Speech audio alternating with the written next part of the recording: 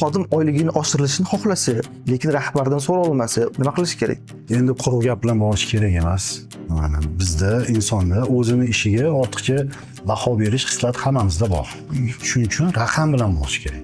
Mana shuncha muddat ichida mana shu natijani qildim va mana shunaqa raqamlar edi, shunaqa raqamlarga aylantirdim deb o'lchab bo'ladigan birliklarni olib borib ko'rsatsa, o'shanda to'g'ri bo'ladi.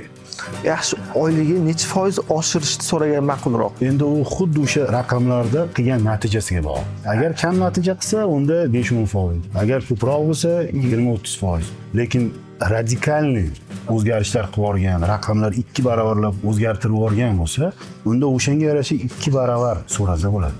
Eng ko'pchilik aka, so'rasam, bo'lib ketaver deb haydaveradi deb qo'rqadi. Ishni qotib qo'yishdan qo'rqadi baribir. Endi avvalambor agar shunaqa rahbar bo'lsa, u rahbar bilan ishlamaganman. Ishchisini qadrini biladigan, qadrlaydigan rahbar doim eshitadi. Va o'sha raqamlar bilan kirganingizda ko'ziga ko'rsatib bersangiz, vizualizatsiya, illyustratsiya qilib, mana shu uyda mana shu natijalar, o'sha natijalar o'zingizga bog'lab bera olsangiz, har qanday xodimni qadrlaydigan inson sizni eshitadi va hech haydamaydigan qo'rqish kerak emas.